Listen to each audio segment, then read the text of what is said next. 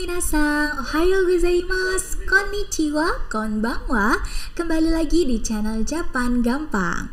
Oke teman-teman, kali ini bertemu lagi nih dengan saya. Kita akan membahas bab ke-26 ini teman-teman. Nah sebelum saya mulai, saya mau kasih selamat dulu nih buat teman-teman, karena kalian sudah menyelesaikan dari bab 1 sampai bab 25. Wah sugoi, keren banget kalian.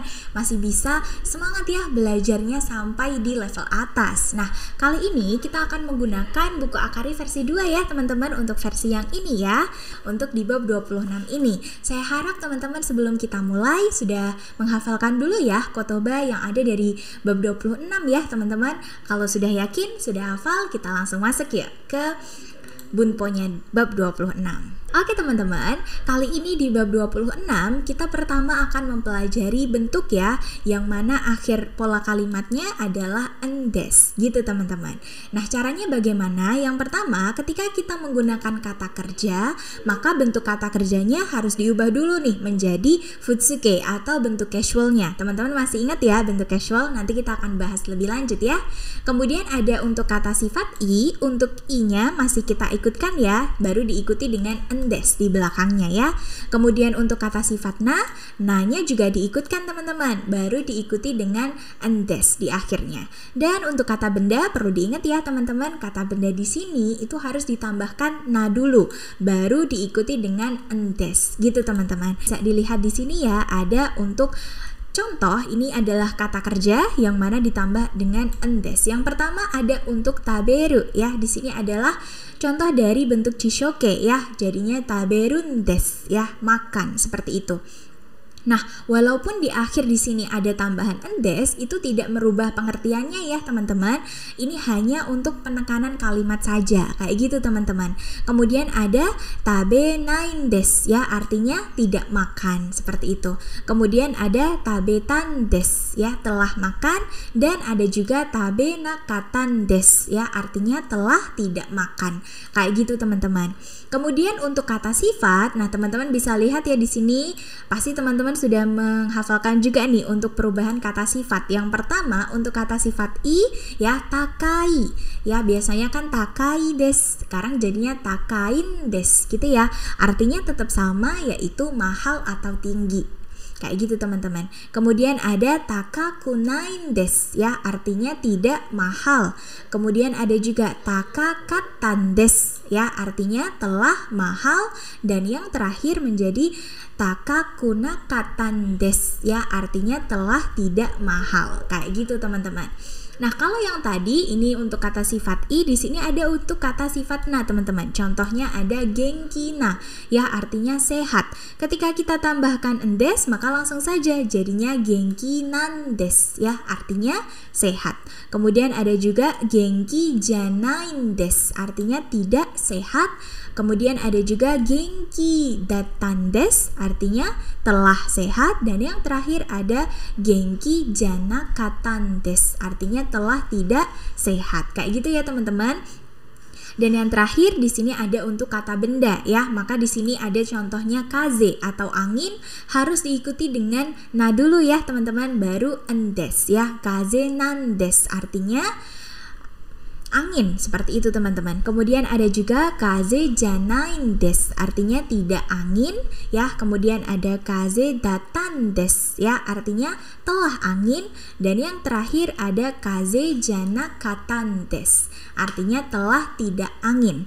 Nah, di sini saya mau menekankan sama teman-teman ya, walaupun di akhir di sini ya diakhiri dengan na, kemudian digabungkan dengan endes, sehingga jadinya kan bacanya kayak nandes gitu ya teman-teman. Tapi ini bukan kalimat pertanyaan ya teman-teman, karena kalau untuk pertanyaan itu biasanya diikuti dengan ka di akhirnya ya. Dan ini juga walaupun nanti misal endes ka, nah itu juga bukan bahwa artinya apa, bukan ya teman-teman, karena na di sini ini hanya gabungan dari kata sifat na, dan na di sini adalah dari kata benda. Jadi bukan artinya angin apa. Misal kaze nandesu ka, nah bukan angin apa, tapi apakah angin, kayak gitu ya teman-teman. Jadi perlu hati-hati di situ. Nah, biar lebih paham kita lihat fungsinya yuk untuk endes itu seperti apa.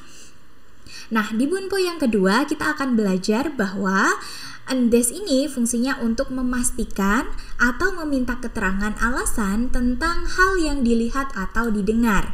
Nah, biasanya kalau kita gunakan untuk bertanya maka jadinya endeska, kayak gitu ya teman-teman. Kita bisa pasti ini. Jadi orang yang bilang di akhirnya endeska itu berarti dia tanyanya tuh mengharapkan jawaban banget gitu, atau pertanyaannya itu kepo banget gitu. Jadi ketika kita kepo, kita bisa nih menggunakan pola kalimat endeska di akhirnya.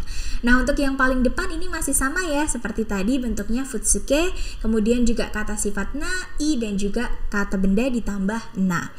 Nah, misal saya mau bilang nih, jadi contohnya teman saya datang terus dia pakai sepatu yang sebelumnya belum pernah dipakai. Nah, jadi saya kepo nih, wah sepatunya baru ya? Misal saya contohnya tanya, "Sore wa atarashiku tsunan desu ka?" Nah, jadi contohnya kayak gitu ya.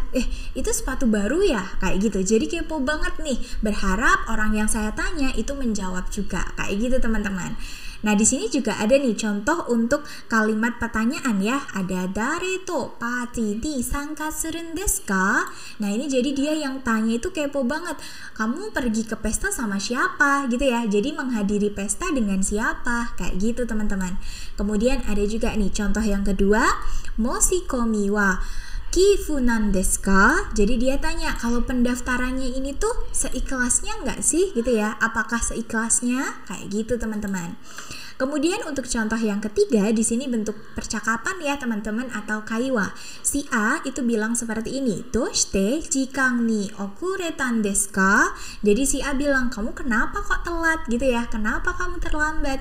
Kemudian si B bilang, "Kuruma no kagi o sagashitan desu," ya, atau dia itu karena mencari kunci mobil dulu, kayak gitu teman-teman. Karena carinya lama ya, waktunya molor, jadi datangnya telat. Misal kayak gitu teman-teman. Nah, teman-teman bisa lihat di sini kalau bentuk pertanyaannya itu menggunakan bentuk endes ya. Di sini bentuk tak kemudian endes, maka nanti jawabannya kita juga menggunakan endes. Gitu ya, teman-teman. Jadi disesuaikan dengan pertanyaannya gitu, teman-teman. Oke, kalau gitu kita lanjut untuk di bunpo selanjutnya ya.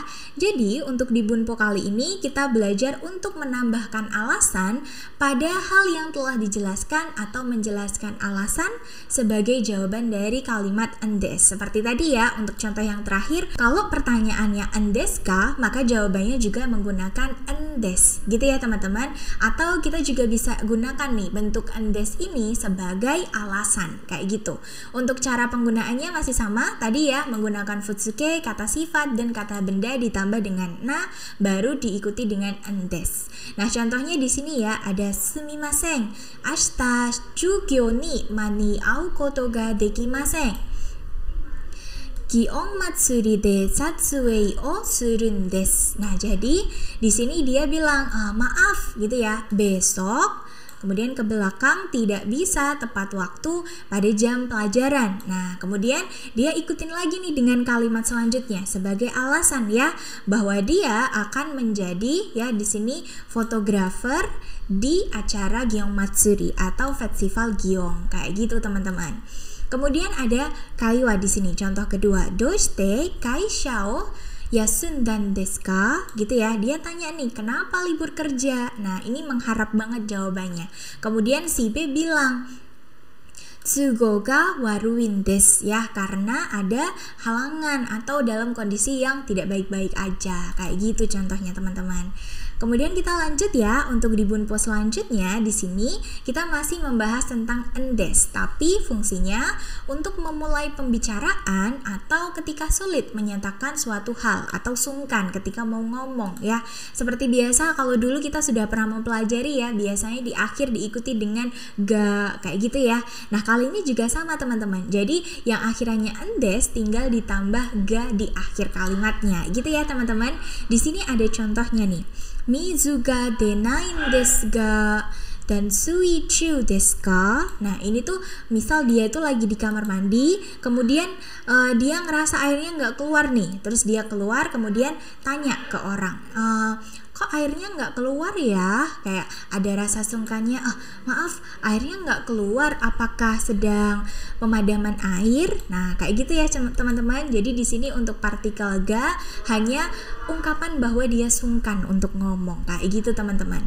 Kemudian ada contoh yang kedua, di sini ada sumimasen. Yojiga arun desu nga. Nah, kayak gitu ya teman-teman. Biasanya ngomongnya diikuti ada titik-titik kayak gini. Dia bilang, "Maaf, saya ada keperluan nih." Jadi kayak dia bisa nolak tapi secara halus ya teman-teman.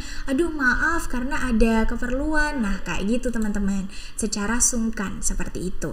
Kemudian kita lanjut ya di bunpo yang selanjutnya. Di bunpo kelima, kita akan belajar untuk meminta tolong teman-teman. Nah, pasti teman-teman masih ingat ya, dulu kita sudah pernah loh belajar minta tolong dalam bahasa Jepang dengan menggunakan te kudasai, ya nggak teman-teman? Nah, tapi kali ini kita akan belajar minta tolong yang mana ungkapannya ini lebih sopan teman-teman. Jadi lebih halus atau lebih sopan. Caranya gimana? Caranya di sini pertama kita menggunakan kata kerja bentuk te ya. Jadi masih sama menggunakan teke, tapi yang belakang diikuti dengan itadakimasen ka gitu ya. Jadi kalau secara arti bisa artinya, dapatkah Anda melakukan titik-titik, atau bisakah minta tolong melakukan titik-titik, kayak gitu ya teman-teman. Jadi terkesan lebih sopan kayak gitu. Kita lihat untuk contohnya di sini ada hakubutsukan no nyujorio o oshiete itadakemasen ka. Jadi dia tanya nih, dapatkah Anda gitu ya, atau bisa nggak minta tolong memberitahu New Jorio atau HTM museum itu, kayak gitu ya teman-teman. Jadi ini lebih halus untuk penyampaiannya. Ada juga contoh yang kedua, hima dattara suwao shite kudasai ya, ada hima dattara suwao shite kudasai. Atau di sini juga bisa ya kita gunakan untuk te kudasai ya, artinya juga minta tolong. Jadi artinya kalau senggang tolong bicara di telepon. Atau kita bisa ubah nih menjadi hima dattara suwao shite itadakimasen ka. Nah, itu juga boleh ya teman-teman, kita ubah pakai itadakimasen ka, itu juga boleh. Jadi untuk penyampaiannya ini lebih terkesan halus dan juga sopan kayak gitu teman-teman. Wah teman-teman, tidak terasa nih kita sudah ada di ujung bunpo kali ini. Di bawah sini ada untuk latihan soal ya teman-teman. Jadi saya harap kalian bisa langsung dikerjakan di buku akari kalian masing-masing ya. Jangan lupa untuk kotobanya nih dihafalkan lagi ya. Dan kita kan udah masuk di bab yang atas ya teman-teman. Jadi saya harap teman-teman juga memperhatikan kanji. Nah, di sini ada untuk kolom kanji, kalian bisa hafalkan kanji di sini dan juga bisa untuk latihan dengan menulis kanji. Kayak gitu ya teman-teman. Oke, saya harap teman-teman masih semangat nih untuk melanjutkan bahasa Jepang di bab 26 ke atas ya teman-teman. Ja, kore kara Nihongo no benkyou ga owarimashita. Domo arigatou gozaimasu. Otsukare sama deshita. Hai, minasan mata mite ne.